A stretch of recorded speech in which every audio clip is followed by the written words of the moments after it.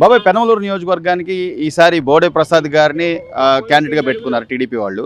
అలాగే జోగి రమేష్ గారు పెడం నుంచి వచ్చిన వ్యక్తి కూడా ఇక్కడ ఎమ్మెల్యే అభ్యర్థిగా ఉన్నారు. అసలు ఏం జరగబోతుందంటారు మీ పెనమలూరు వరకు? ఏంటి పరిస్థితి? మా పెనమలూరు బోడే ప్రసాద్ గెలుస్తాడు. ఎట్లా గెలుస్తాడంటే దానికి కారణాలు ఉన్నాయి. బీజేపీ, జనసేన, టీడీపీ ఈ మూడు ఇంతవరకు ఈ మూడు రకాలుగా చీల్చుకున్నప్పుడు మైనార్టీలో పడింది తెలుగుదేశం. ఈ మూడుని కలుపుకున్నాడు గనక తేలిగ్గా 10-15 ఏళ్ళ మెజార్టీతో గెలుస్తాడు. అంటే బోడే ప్రసాద్ గారు అంటే వ్యక్తిగతంగా ఆయన ఇక్కడ ఏమన్నా చేసింది దాని వల్ల ఉపయోగం చేశాడు.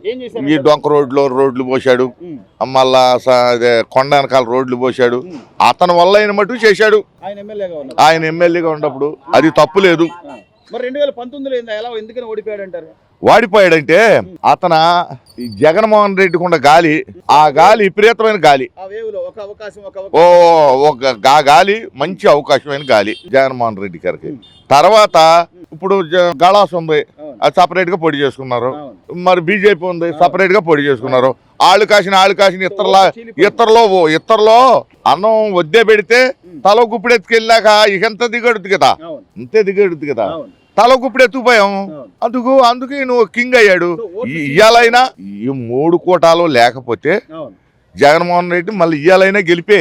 అంటే నేనేమంటానంటే ఈ రోజున సరే 3 కూటమిలు కలిసినయా లేదా పక్కన పెడితే రాష్ట్రంలో అభివృద్ధి ఉందా లేదా, లేకపోతే ఏమైనా చేశాడా లేదా, పరిశ్రమలు కానీ ఉద్యోగాన్ని ఇవన్నీ ఆలోచించారు. ఇవన్నీ కొలమానం కాదంటారు. ఇవన్నీ కింద కేటగిరీ ఆలోచన స్వామి. ఇప్పుడు నీకు 4,000 రూపాయలు ఇచ్చాడా, వృద్ధాప్య పింఛను ఇచ్చాడా, అమ్మఒడి వేసాడా, నాన్నబడి వేసాడా, 40 ఏళ్ళలో డబ్బులు ఇచ్చారా, ఇవ్వలేదా, ఇయే చూస్తారు. కానీ కింద కేటగిరీ ఇప్పుడు ఇవన్నీ ఆలోచనండి.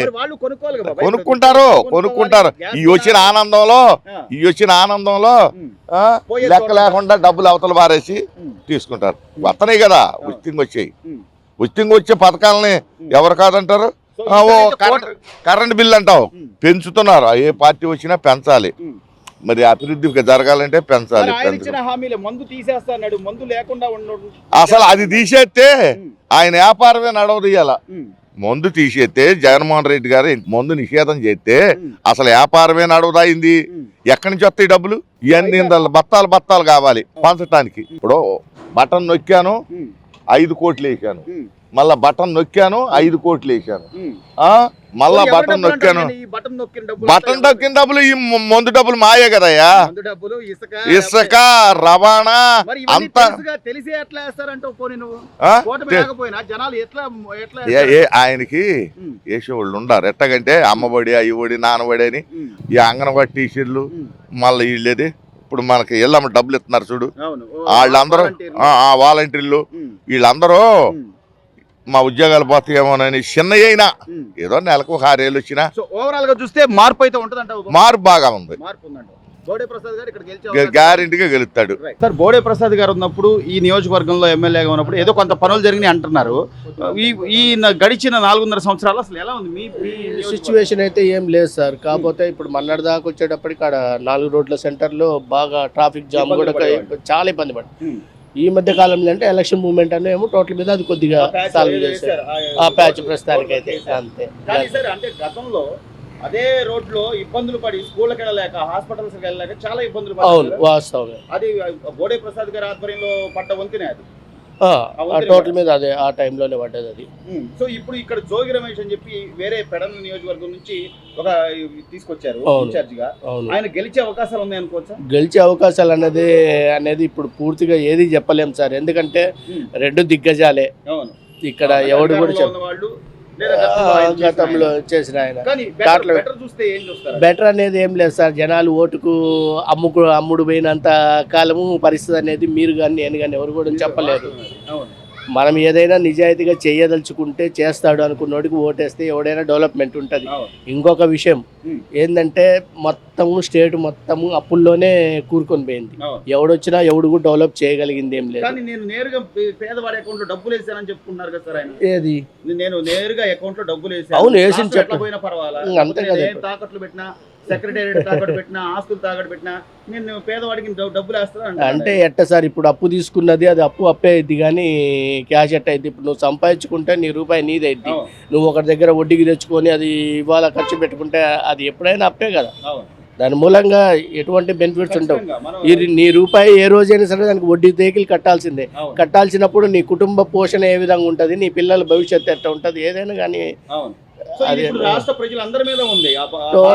టోటల్ మీద అంతా ఆలోచించరా సార్? రేపు ఓటేసేటప్పుడు ఆలోచించామనేది 2000 రూపాయలు కనపడ్డప్పుడు మొత్తం మర్చిపోతారు సార్ జనాలు. అంతే అంటే డబ్బుకి ఎవరైనా దాసోహం. ఇప్పుడు అంతే కదా సార్ పరిస్థితి, అంతే కదా. భవిష్యత్తు ఆలోచించిన డబ్బు తీసుకోడు కదా సార్. వాళ్ళ భవిష్యత్తు గురించి ఆలోచించినట్టు 2000 రూపాయలు డబ్బులు తీసుకోడు.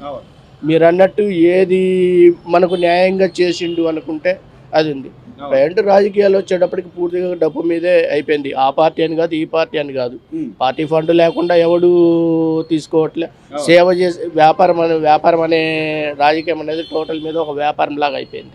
నేను రూపాయి పెట్టినా తీసుకున్నాను. కానీ సార్ ఇక్కడ పక్క రాష్ట్రాలతో పోల్చుకుంటే తెలుగు రాష్ట్రాలు గతంలో తెలంగాణ చూస్తే మీరు మా కోట అయిపోతే ఆంధ్ర లాగా అయిపోద్ది, మీరు మా కోట అయిపోతే రోడ్లు ఉండవు మీకు అని మన ఎగ్జాంపుల్ చూపించుకునే దేన స్థితికి వచ్చినా కూడా సగటు మనిషి ఆలోచించడంటారా అంటున్నా. ఆలోచించేవాడు ఆలోచిస్తాడు. ఆలోచించేవాడు ఏంటంటే ఇట్లానే ఉంటుంది. ఎక్కువ శాతం వచ్చేటప్పటికి ఆలోచించాలి. ఆలోచించకపోతే భవిష్యత్ అనేది ఉండదు. ఇవాళ పిల్లలు ఉద్యోగం సార్, ఇవాళ ఏముంది, పిల్లలు చదువుకోవడానికి సరైన కాలేజీ లేదు. 7,000 లక్షల్లో ఉంది. కనీసం జాబ్ చేయాలంటే ఏ బెంగళూరు పోవాలి, హైదరాబాద్ పోవాలి, ఇంకో చోటికి పోవాలి. చిన్నప్పటి మన కళ్ళ ముందు ఎట్ట ఉంది సార్, మన కళ్ళ ముందు అనేది లేదు. ఎట్ట ఉంటామో 8th నుంచి మనం హాస్టల్లో వేస్తూనే ఉంటాం, వాడికి దూరంగానే ఉంటాం. సరే 10th, ఇంటర్, బీటెక్ అయిపోయిన తర్వాత ఈ దగ్గరలో ఉండే ఏదైనా మంచి కాలేజీ మంగళగిరిలో ఒక ఐటీ హబ్ ఏర్పడుతుంది, స్టార్ట్అప్ కంపెనీలు వస్తున్నాయని కూడా అదే అనుకున్నాను. అది వాస్తవమో కాదనేది మనకు తెలియదు. అంత హై లెవెల్ నాలెడ్జ్ కూడా మా కాడ కూడా లేదు. మార్పు వస్తే మంచిది, అది ఎవరైనా కానీ. ఇప్పుడు అధికారంలో ఉన్నోళ్ళు మార్చుకున్న బెనిఫిటే. అంటే సంక్షేమాలు ఇచ్చిండ్రు, నెక్స్ట్ ఫ్యూచర్లో కొద్దిగా డెవలప్ చేస్తే వాళ్ళకైనా అవకాశం ఉంటుంది. లేదు ఇంకా మా పద్ధతి ఇది అనుకుంటే కొత్తగా ఉంటుంటే భవిష్యత్ అనేది ఉండదు. నెక్స్ట్ ఎవరు చేసినా కానీ ఎంతో కొంత డెవలప్. ఇక్కడ పనమలూరులో పోటీ ఎలా ఉండబోతుందంట? 2 గట్టోళ్లే కాబట్టి ఎవరు చెప్పలేరు సార్. ఎందుకంటే ఆయన గట్టోడే, ఇతను కూడా మినిస్టర్ కాబట్టి స్థానికత అనేది స్థానికత నమ్ముతారంటే ఒక మినిస్టర్ రేంజ్లో ఉన్నాడు. ఏదైనా వర్క్ఫుల్ ఇప్పుడు ఒక ఎమ్మెల్యే పరిధిలో ఉన్నాడు ఏం చేయలేడు, మినిస్టర్ పరిధిలో ఉన్నాడు ఏమన్నా చేస్తాడని చిన్న ఆశ. అంటే ఇప్పుడు ఎవడైనా ఇప్పుడు ఎట్లా ఉంది అంటే ప్రతి ఒక్కడు గెలుస్తామన్న ఆలోచన ఉంటాడని ఓడిపోతాడని ఉన్నాడు కదా. ప్రతి దానికి కూడా సాయశక్తిగా అంతేగాని